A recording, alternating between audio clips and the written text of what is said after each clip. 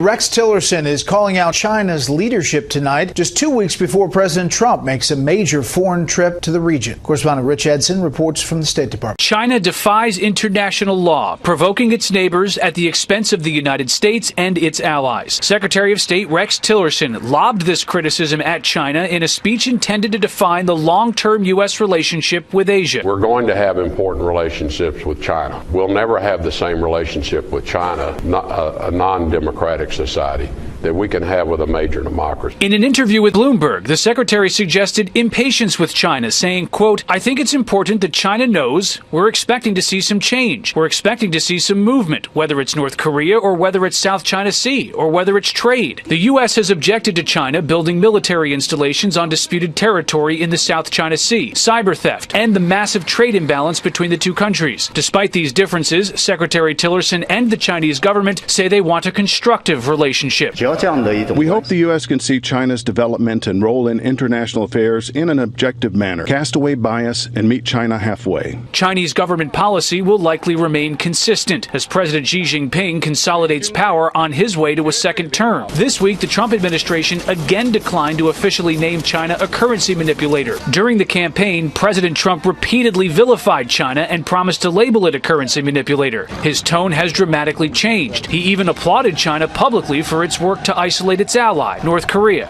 U.S. officials have complimented China for supporting additional sanctions against North Korea, though they say China can always do more to confront the Kim Jong-un regime. Just one of the issues in a complicated relationship between the two countries the president will address.